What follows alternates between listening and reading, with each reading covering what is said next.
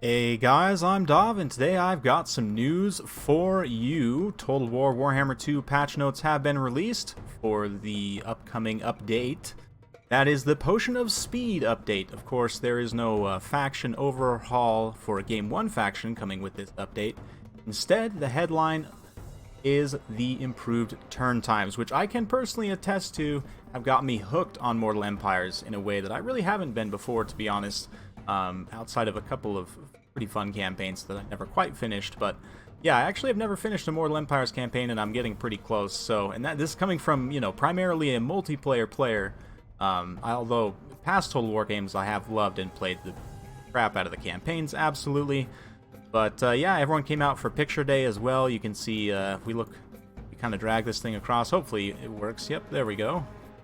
The old pictures there, all haggard and low res, and the new nice high res images there, looking beautiful. Gotta love Picture Day. And yeah, the end turn time reduction, really can't say enough about this. It's a huge change for the campaign, and is something that is probably going to lead to me actually playing more campaign on my channel, which is good news for you guys, right?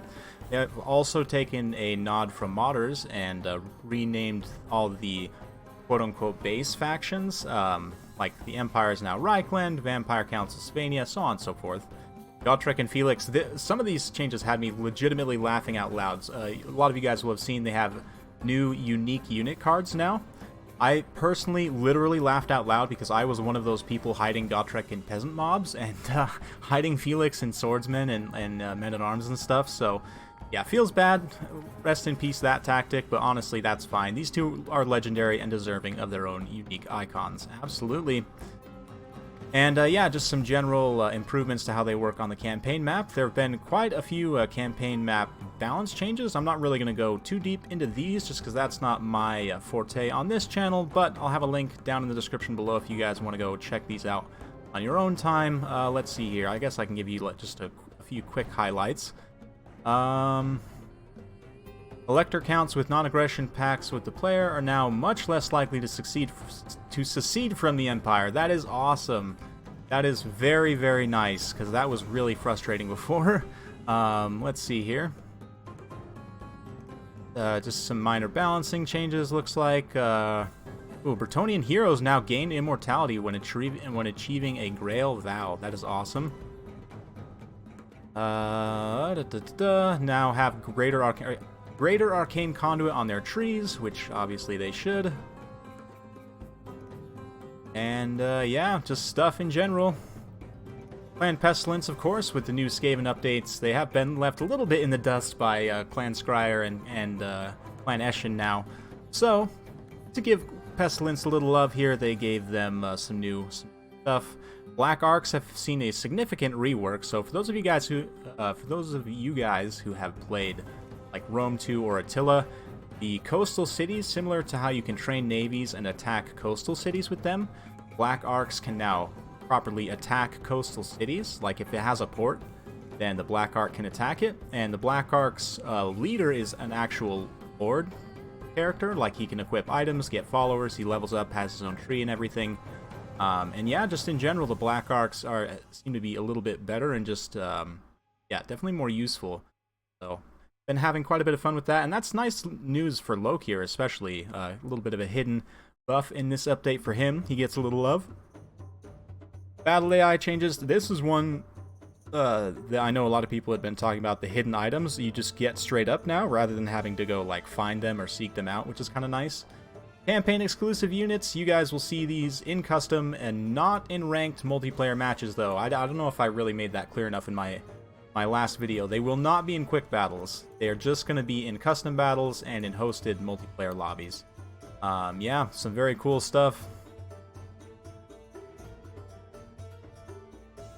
Gate Guard, yeah, Spider Hatchlings, you guys have seen that. I have a video about this if you want to check out the campaign exclusive units. Lots of bug fixes, which is always nice for campaign, and lots of bug fixes for campaign, and battle bug fixes as well. None of these were particularly too impactful, I don't think. Rock dropping abilities no longer deal fire damage. Interesting. Huh. I didn't know that was a thing before, but I guess it makes sense. See here, just yeah, you can't generate armies that exceed unit caps in quick battles. I don't know if people were actually doing that, but I guess you could before. That's funny. Chariot articulation has been adjusted for some chariots across the board, so that's nice. They are going to work mechanically a little bit better.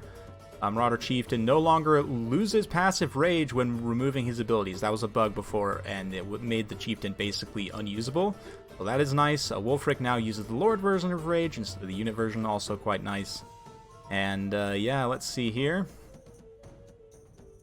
Some audio improvements. Quite nice. And this is what you all are really here for, right? The battle balance changes. So, first, universal changes here, a few things. We've made significant, or they've made rather, a significant change to the knockdown system. So basically, before it was taking armor into account, so it would take units longer to get up, based on how much armor they had. And now, essentially, they'll be getting up a little bit faster because the armor roll won't be taken into account. So units like, like Chosen, Longbeards, especially heavy infantry, obviously this is going to be huge for, dwarfs in general. That'll be quite nice. So your dwarf infantry will stand up a little bit faster when they get knocked over. And yeah, as a rule, this means heavily armored units will be getting up substantially faster. Yeah, that's kind of the net effect they're going for. They've also improved splash damage on foot characters for a lot of the Game 2 foot characters. You can see this whole list here. Some highlights for me, definitely Marathi on foot is going to be pretty good now with a big debuff blob. Lokir Fellheart as well. Same thing, big debuff blob with him is going to be pretty strong because he's pretty cheap on foot. So that's a little bit nice. Lord Skrolk as well. Obviously you can only take him on foot, so that's just a nice little buff to him. And yeah, basically what they did is they made their splash attacks bigger so they have more targets. So they can hit a few more targets at the same time. And yeah, Skaven Assassin, I have noticed this playing in the campaign, that he does have a few more splash attacks as well. The Skaven characters all getting more is obviously nice for them because most of them, Tretch as well is in here. Yeah, most of them obviously can only go on foot. So for the Dwarves and for the Skaven, certainly very, very nice little buff there. Now for the actual unit balance changes, Beastman, Kazrak got a bit cheaper, a little less armor though, which is fine. He's pretty good honestly, what he gives you, but minus 50 cost is fine. Minotaur's no longer marked as high threat, so from what I understand here, I have a quote here from Duck. If an entity is marked as high threat, if it is inside a splash attack area, the attack will only target that entity for damage. So essentially, like let's say you have Grimgor fighting on top of a unit of goblins. If you have a monster fighting Grimgor that has a big splash attack, because Grimgor is marked as high threat and the goblins are marked as low threat to your monster, potentially, then it's all of the splash attack damage when it does attacks, in the area where Grimgor is at, like in his general direction, I should say. He's going to take the majority of that attack animation's damage, if that makes sense. A little bit convoluted, but yeah, I didn't think threat mattered before. I actually learned something new with this patch, so learn something new every day, right? But yeah, threat does actually matter, and so Chaos Spawn getting no longer marked as high threat will be nice because they're not going to be targeted as much in melee. They're already pretty squishy, so they didn't need that. And Minotaurs just across the board, minus 100 cost. A nice change. Going to be hopefully seeing more Minotaur bus builds back in the meta. I do love those. For Bretonia, Green Knight has less stagger chance. That was one of his biggest problems before. I do wish they would have given him a little bit more mass as well, but that's fine. Alberic got a little bit more damage, plus 10 base on foot, and plus 10 AP on the Pegasus as well. So that's just decent. Blessed Field Trebuchet, the projectile is now smaller, which is a little bit of a nerf, but it's also kind of a good thing, because the Blessed Field Trebuchet, the whole thing is supposed to be the explosion doesn't deal friendly fire, but if the actual projectile impacts your unit model, like if it impacts a friendly unit model, it still does damage. So actually having a smaller projectile is a good thing in that regard. So we'll see how this actually ends up working out mechanically, but I am curious to try this out. A Grail Relic, now marked as high threat, so they will target it in a blob. Should be a little bit easier to focus them down. Paladins get a +8 bonus versus large. Very nice to help them compete with Gotrek and Felix. And Companions of Quenelle, +100 cost, is a little bit rough, but +10 bonus versus large is really, really nice. I actually hadn't noticed that change in my recent playtesting, but very good stuff for them. Companions of Quenelle, already one of the best cav units in the game. +100 cost is always tough, but honestly, it's probably worth it. Probably needed it. For the Dark Elves, Malekith on his Cold One Chariot gets a little bit less armor, but he does add a missile block chance. Funnily enough, the Norskin Chieftain and Wulfric, I should say, Sirtha Ek and Wulfric were the only ones with the missile block chance on chariots, because they have shields, and I guess, I mean, it makes sense. Wulfric's shield's big enough that he could potentially protect himself, but still, you're sitting in an open top chariot with a driver. Anyway, let's not go there, but he gets a missile block chance on his chariot, which is fine. That's actually pretty good against, like, dwarves, let's say, or other missile factions that are weak to chariots. Dark Riders, a little bit more leadership. I did feel this a little bit in my playtesting. Dark Riders just seem to be a tiny bit better now. You can kind of cycle charge them a little bit more, which is ultimately what they're designed for, right? They have a little bit higher charge bonus than like a Reaver. And as a flip side, they have lower melee stats in general, right? So anyway, Harganeth Executioners got a little bit of a health buff, as did Blackguard. That is quite nice in general for the Dark Elves. And yeah, Witch Elves mounted on the Cauldron now throw knives at enemies when in melee combat. That's good, so they're not like I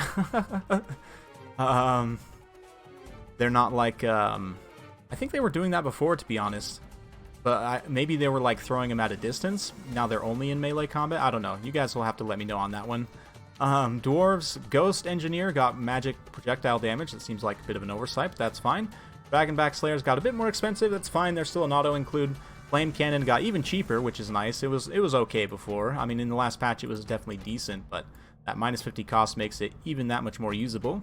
Longbeards, +50 cost for the basic shielded variant. That is totally fine. Longbeards were my number 2 mid-tier infantry unit in the game, actually, the shielded Longbeards, so yeah, that's probably fine. Also makes Longbeards with great weapons not so much of a downside for the cost. Organ Gun, 1.5 times as accurate. Sure, yeah, sounds good. Rangers with great weapons got a little bit longer range, which is nice. Same with Ulthar's Raiders. Ulthar's Raiders, sorry, helicopter something flying outside, my apologies.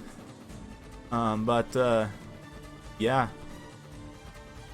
Empire, let's get to them, of course. My good old Empire. Flagellants getting +2 melee defense, that's okay. I mean, they're still probably going to be not as effective as state troops in a lot of situations, but especially for the Tattersouls with their extra unit models, that is quite nice. Halberdiers got a little bit less expensive. Finally they got a little bit less expensive. Maybe I'll actually use them now. Spearmen, also rest in peace, 300-point Empire Spearmen. Have held on since the beginning of Total War Warhammer 1. Let's just have a moment of silence for all of the state troop spearmen that have, let's be honest, the billions that have died in all of our campaigns and multiplayer battles over the years since Total War Warhammer 1. Rest in peace. Thank you. Yeah, spearmen +25 cost, that's fine. Great swords +1 bonus versus infantry, guys. Hold the phone. War Wagon, I actually used the War Wagons in a pretty funny game in Creative Assembly's Showcase Tournament, so if you haven't seen that, definitely go check it out on the Total War official Twitch.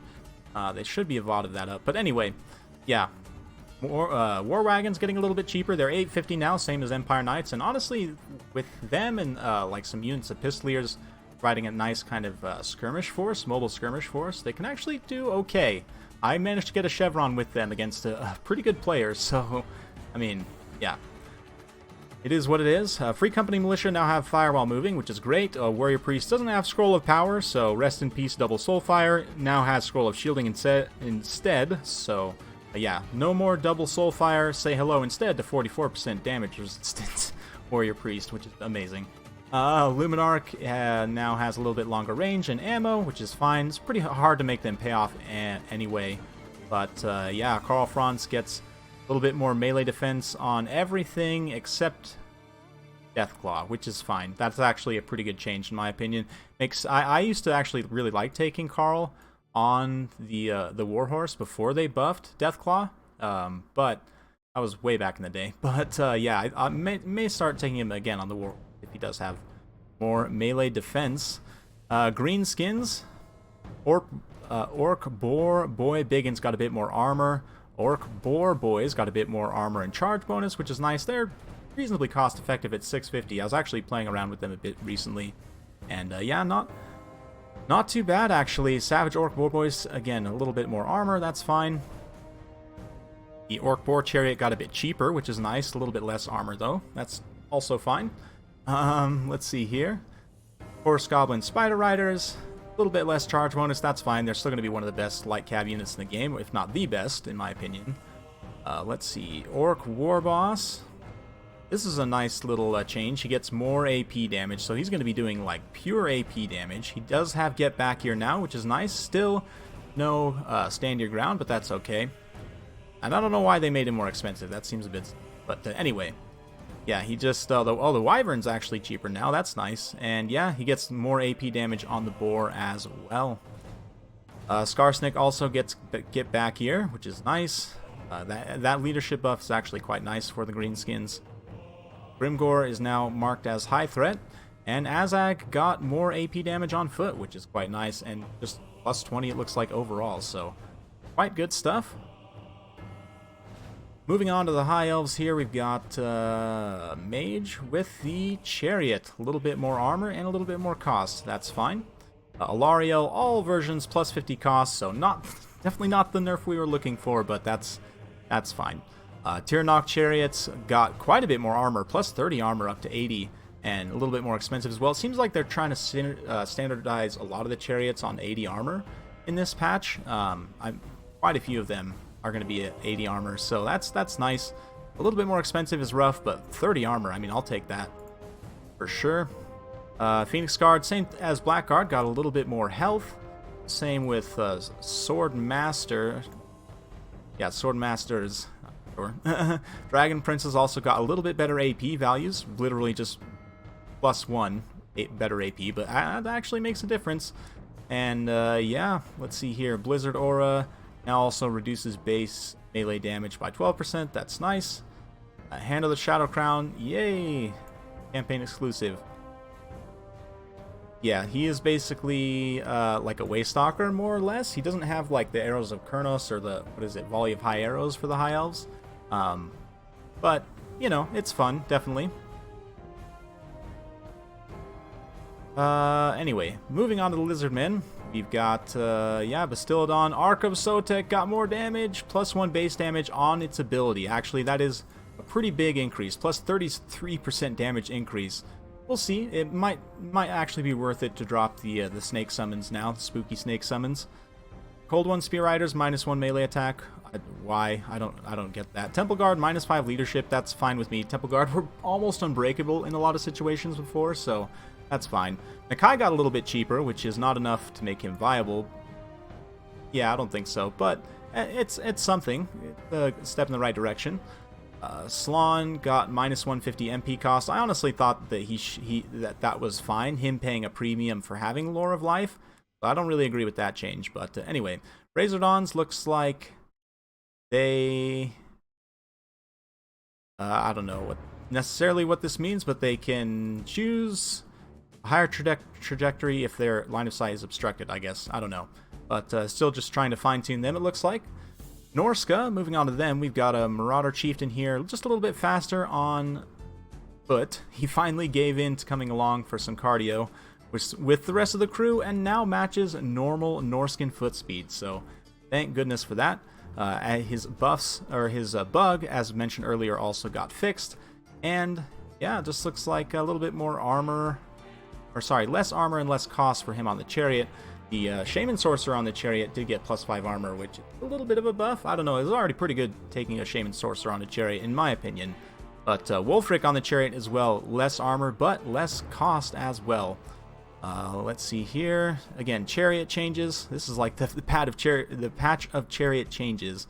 +20 armor, -50 cost on the unit of Chariots.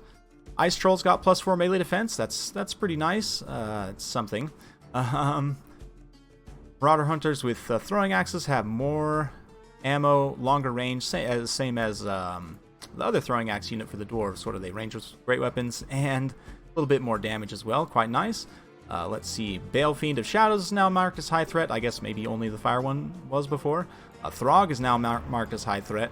And Marauder Great Weapons finally got +3 AP damage. I'd actually recorded a video doing some testing. I never ended up releasing, of Marauder champions with shields beating Marauder champion Great Weapons. So this is actually, I like this change a lot for the Great Weapons. Makes them kind of more distinct. So yeah, good stuff.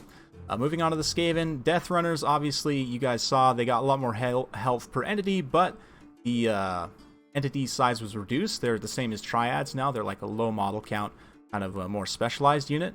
Plus 10 additional bonus versus infantry is awesome. And yeah, they did get -4 melee attack as well, which is a bit rough, but -100 cost, I believe here. They didn't list. I don't know. That's how it is in my build. Maybe it's not going to go live like that, they decided. But anyway, Poison Wind Globadiers now have the dot instead of the anti-large on their projectiles. So if you actually take them and if you're able to kind of spread that around the battlefield, it can do a lot of damage to enemies.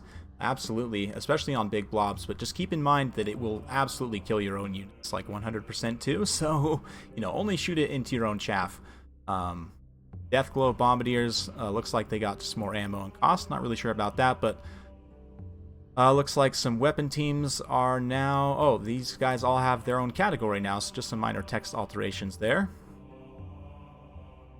Tomb Kings, the Sepulchral Stalkers, I've talked a bit about this in some previous videos and replays, but basically they changed they fixed, I should say, I don't know, they made these changes here, which essentially fixed the projectiles, because the Stalkers have a very similar projectile to Medusa. I want to say it might be the same projectile type, I'm not sure, but yeah, they definitely work a lot better at range, and they also got stock, which is a little bit nice. They don't have their missile resistance anymore, but they do have, the regular ones have stock baseline, yeah, they lost a little bit of stats, but again, that faster melee attack interval means they'll do their attack animations a little bit faster, and no longer marked as high threat means they won't get absolutely owned blob.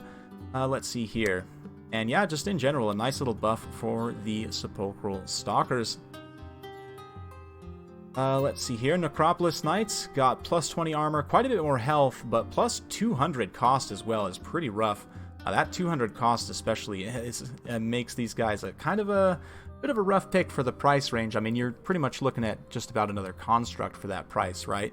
But maybe you maxed out your construct slots already. I don't know. We'll see. I'm not completely sold on this one yet, but I definitely need to do some testing with it. Tomb Scorpion, -400 health. Yay. I love that. I mean, it's not enough, but that's something. Casket of Souls. Yay. A little bit of a buff for that. I don't know if it'll help, but projectiles are now 2.5 times as accurate. Hotep, same thing on his DJ setup.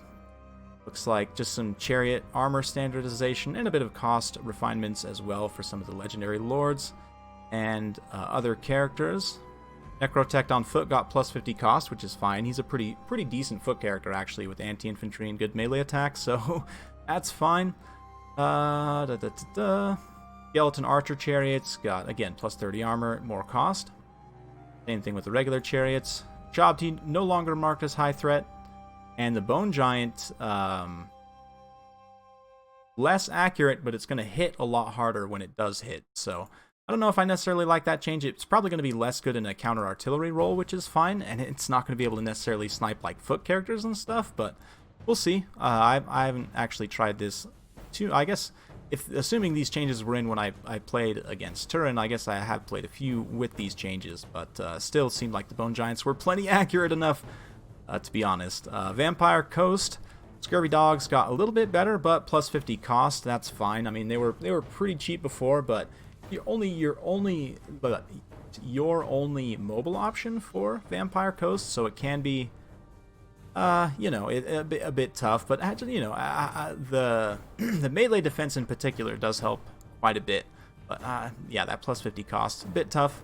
Depth guard, plus 2 melee defense, whoop-de-doo. They might actually be semi-usable now. Actually, the dual hand weapon ones are decent. The halberds are pretty terrible, to be honest. But let's see here. Deck droppers with the bombers.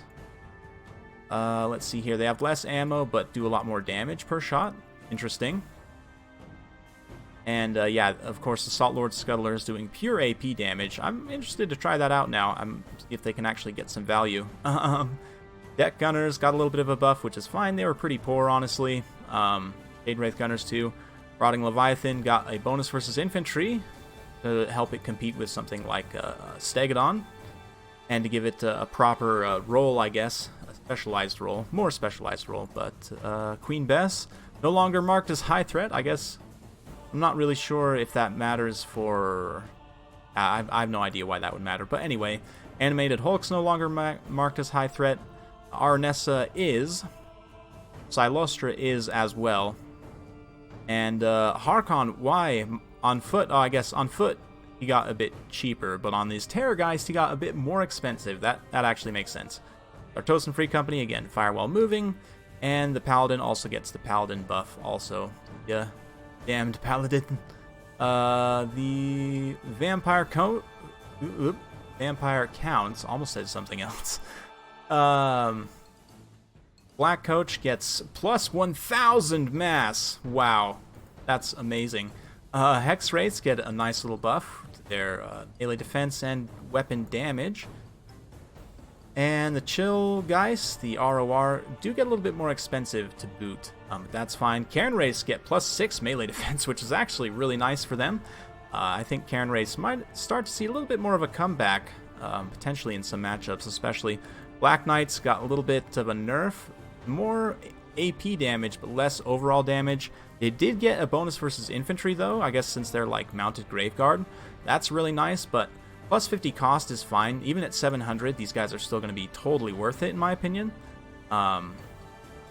Graveguard, similar thing. They've gone plus 100 in price, but a little bit better melee attack, a little bit better AP. And same thing. I mean, Graveguard, if Longbeards were my number 2, Graveguard are my number 1 in terms of mid-tier infantry. They're just super cost-effective and do so many different things. And obviously, because of being on the Vampire Counts roster, they have access to unlimited healing, basically, up to your healing cap. So, yeah, that's fine. That's a fine change with me. Looks like a Graveguard with Grey Weapons getting a little bit of a buff as well, which is nice. Plus 3 additional bonus versus infantry for them. And the Sternsman also got that same plus 50 cost. Banshee got plus 8 melee attack, which is nice. I'm a big fan of Banshees already, so that's cool. Crypt Horrors, plus 3 melee attack and no longer marked as high threat. So it seems like a lot of the monstrous infantry, that's not getting used very much, is no longer marked as high threat, so hopefully that means they'll last a little bit longer in a melee fight. Vargeist, same thing, no longer marked as high threat, so that's neat. Moving on to the last, and currently the least, but don't worry, Game 3 is coming soon, I'm sure. Soon, yeah, is relative, but anyway, back to the Warriors of Chaos here. Forsaken get plus 10 armor, which is fine. I still think they need quite a bit more to be good, but they're going to be okay in some matchups, I think, now with 80 armor. 4 Beast Chariots and the Chaos Chariots, again, just getting a little bit higher armor in general. Exalted Hero got better melee defense on all his mounts, yep. Or no, not on the Manticore, but the Manticore got cheaper. Chaos Lord on the Manticore also got cheaper, so that's nice. The Spawn, as with the Beastman, no longer marked as high threat. Same with Aspiring Champs. Archaon, though, is absolutely high threat. Archaon, the absolute unit. And Marauders with Grey Weapons, yeah, this seems like that's actually not supposed to be there. Interesting. Or no, sorry, Marauders with Grey Weapons, yeah, they're on both rosters. I was thinking this on Norska, but whoops, forgot they share that unit. That's nice, though. Plus 3 AP melee damage to them is a decent little change. Be curious to see, I didn't see that on the... yeah, maybe I mistook that earlier for the champions. Anyway, let's not dwell on that. Spells and abilities here. Rebalance all abilities that modify melee attack and defense, reducing their effectiveness by roughly 10%. I've talked about this a little bit in my videos already, so if you want to go check out my battle replays from this early access, you'll see some of that in action. What it means essentially is that this, the damage, or yeah, the damage, AP damage, just weapon damage and missile damage buffs in general are going to be a little bit better, whereas the melee attack and defense buffs and debuffs are going to be a little bit worse, which is fine with me because the way this game's mechanics in terms of the dice rolls work, it's different from game 1, and melee attack and defense are a lot more important in this game than they were in game 1, so I'm fine with them making this change to try and bring those weapon damage spells kind of up the 4. So yeah, pretty good stuff. Visual rework of Lithnar's Mislead.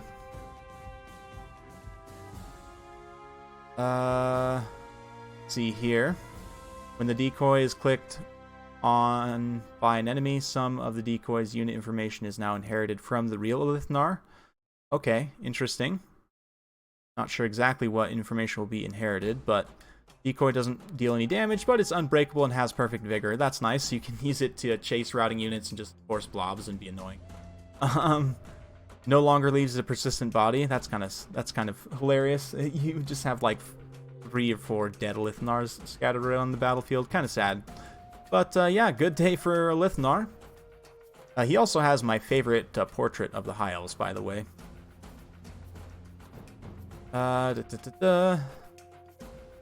See here, for the purposes of streamlining some unclear communication in the battle layer, we've updated all projectiles spawned by abilities to be unblockable. This applies to bombardments, magic missiles, and more. It was clear after internal discussion that our current implementation didn't really communicate to the player when they should rely on a shield or not to block a magic missile.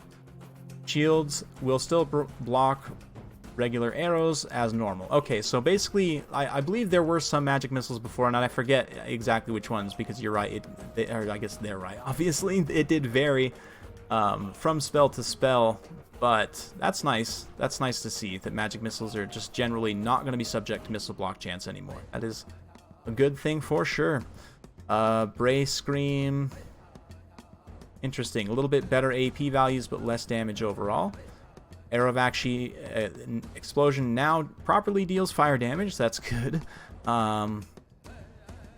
Drop Rocks Explosion now deals fire damage. Drop Rocks of Chotek. That's the ROR one, right? I forget. The Fire Breath Hydra also does fire. Good.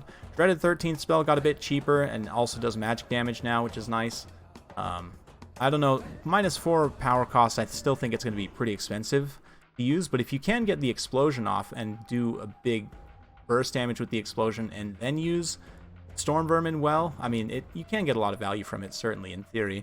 Rod of Corruption now has max uses, thank the gods. Warp Bomb, not for multiplayer, but now deals magic damage, as it obviously should. Warp Lightning, same thing. I didn't even know, I always thought it did magic damage. So yeah, Lord of the Storm, same thing. Piercing Bolts of Burning. It just seems like they were coming through and correcting some of these that were kind of erroneous before. Rune of Wrath and Ruin had a little bit of a nerf in its duration. That's also fine. Scroll of Power is only -60 now instead of -90. So for those who retained it, it will be less effective. Let's see here. Concealment Bombs. Cool. Not really important. So the snare nets are now passive with a 40-meter radius that reduces speed and charge speed by -12%. So because they even have so many ways of debuffing and stacking speed debuffs, yeah, I think that's a totally fine change, to be honest. Skitter Leap and Skitter Leap upgraded. Yeah, you saw this. Now move to Lore of Stealth, and it's changed to a common spell and everything. So that's good. And in order to make accuracy modifiers more universally impactful, we've transitioned all accuracy modifiers from multiplicative to additive. So Protector Spyglass now gives... Okay, so they're now base values rather than percentage-based values. They're just a hard number. I guess that's probably a good thing. I I don't know. I guess they would know. But yeah, and it looks like all these different abilities here got a little bit of a change as a result. So interesting. Very, very interesting. Overall, I'm pretty happy with the changes. The balance of the game was pretty decent in the last patch, honestly. There were, all the factions, I would say, had good and bad matchups, and in general, it felt like the game balance was in a pretty good place. And each faction main will, I'm sure, be typing down in the comments, oh man, my faction is so bad. And it's because I lose to these specific factions all the time. And to be honest, every faction in the game has hard matchups right now. But at the same time, the game balance overall was pretty good. So I like the sort of standardization of the chariots. Hopefully, we'll see more chariot play. Personally, I'm a big fan. And yeah, it's interesting to see the changes to the abilities too, the weapon damage versus melee attack. We'll see how impactful that actually ends up being. I still think that the melee attack and defense buffs are going to be more impactful, but there are a few situations now where you can do some pretty funny things with, like, Occam's Mind Razor on, like, a giant, give it 50% weapon damage, or I would have to check Mantle of Garak, but I believe that also had a similar treatment. But yeah, let's see, other highlights, the monstrous infantry being marked as no longer marked as high threat, I should say, is going to be interesting. We'll see how that actually, if that actually makes them more survivable in melee. And yeah, as for the rest, a few interesting changes, ones that I don't know that I necessarily agree with, but overall, nothing too egregious or game-breaking, in my opinion. So pretty good stuff. Let me know your guys' thoughts in the comments down below. Who are you going to be playing first? That's the real question on Mortal Empires with those improved turn times. I'm probably going to be starting up a campaign or two. I don't know that I want to have too many running concurrently at the same time, but I'm probably going to put up a poll for patrons and channel members to try and vote from, like, maybe 3 or 4 different options what we can do. So yeah, if you want to participate in making that decision, go ahead and click that join button here on YouTube, or you can mosey on over to the Patreon page as well. And that's pretty much it for me today, so hopefully you enjoyed watching. If you do like this sort of content, found it useful, be sure to like it, share it with your friends, subscribe for more, click that bell, and we'll see you next time.